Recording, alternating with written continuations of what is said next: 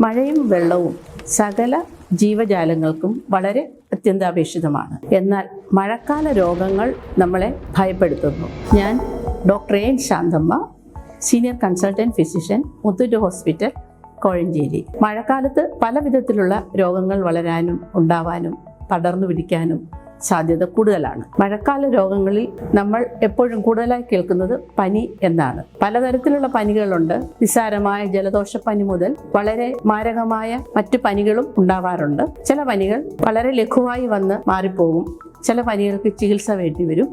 എന്നാൽ വളരെ ചുരുക്കമായിട്ട് ഗുരുതരമാകാനും മരണം വരെ സംഭവിക്കാനും സാധ്യതയുണ്ട്. അപ്പോൾ പനിയെ നമ്മൾ നിസ്സാരമായി കാണാൻ പാടില്ല. മഴക്കാലത്ത് സാധാരണയായി ഉണ്ടാകുന്നത് ജലത്തിൽ കൂടി പകരുന്ന പലതരത്തിലുള്ള വയറിളക്കങ്ങൾ, ഡിസെൻട്രി, കോളറ, ടൈഫോയിഡ്, മഞ്ഞപ്പിത്തം എന്നിവയാണ്. എന്നാൽ കൊതുക് മൂലം ഡെങ്കിപ്പനി, ചിക്കൻ ഗുനിയ, മലമ്പനി അങ്ങനെ കുറച്ചുകൂടെ ഗുരുതരമായിട്ടുള്ള രോഗങ്ങൾ ഉണ്ടാവാൻ സാധ്യതയുണ്ട്. കൂടാതെ തന്നെ എലിപ്പനി, ടൈഫസ് ഫീവർ അങ്ങനെ മറ്റു രോഗങ്ങളും ഈ മഴക്കാലത്ത് നമ്മളിൽ കൂടുതലായി കാണാറുണ്ട്. ദേഹനൊമ്പരം, തലവേദന, പേശിവേദന, കണ്ണിന് വേദന, ചിലപ്പോൾ അതിനോടൊപ്പം തന്നെ വയറിളക്കവും കാണാറുണ്ട്. ഇങ്ങനെയുള്ള സാഹചര്യങ്ങളിൽ നാം അത്യാവശ്യമായിട്ടും ഒരു ഡോക്ടറെ കാണേണ്ടതാണ്, രോഗനിർണയം നടത്തേണ്ടതാണ്. അതുകൊണ്ട് ഇത്തരം മഴക്കാല രോഗനിർണയങ്ങൾ നടത്തേണ്ടത് അത്യന്താപേക്ഷിതമാണ്. എല്ലാവർക്കും നല്ല ആരോഗ്യം നേരുന്നു.